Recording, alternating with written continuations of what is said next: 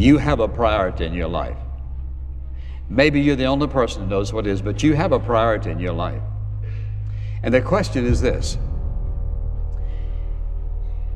do you value your relationship with Jesus Christ enough to make Him, time alone with Him, the number one priority in your life?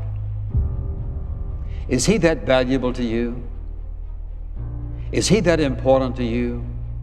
Where does He rank in your life? Does He rank number one?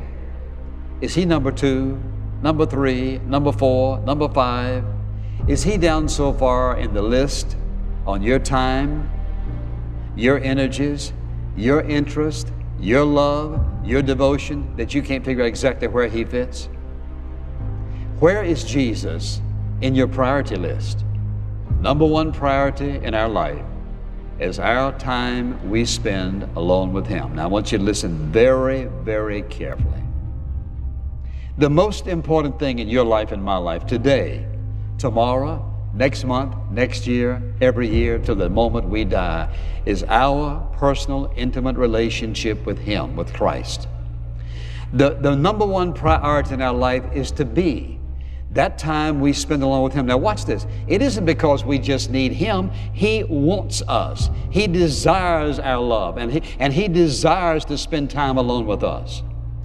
The Bible says over and over again, what's the first commandment? You shall love the Lord with all your heart, with all your mind, with all your soul. What does it say about Jesus Christ? That He might have first place in everything. He can't be second. He cannot be second. It means that you have to find time for Him when you have time for other things. And that may mean I have to get up a little earlier for you to be first with my day. So He's waiting on you to meet with Him every day, every day. I don't care how stormy your circumstances are. It doesn't make any difference how difficult the situation is and what's going on in your life and who's on your case. You know what?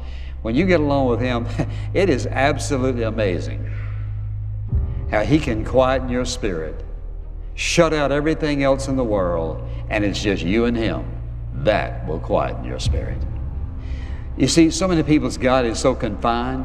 Your view of God begins to get larger and larger, greater and greater, bigger and bigger.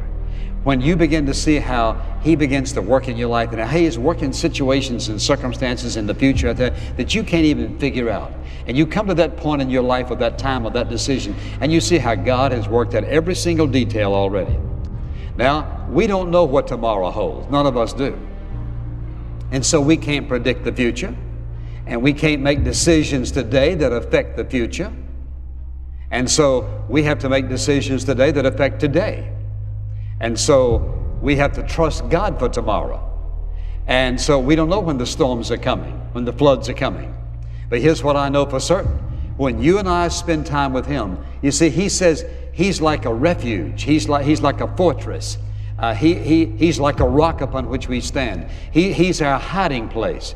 Spending time with Him oftentimes prepares us, so quietens our soul, that we're ready when something comes that would normally blow people off course, that does not affect us. Because why? Because we know who is in control of our lives.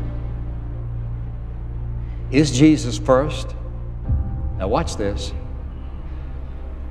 As you look at the way you spend your time, is He first? The way you spend your money, is He first? In your relationships, is He first? And then if you're wise enough to make Him number one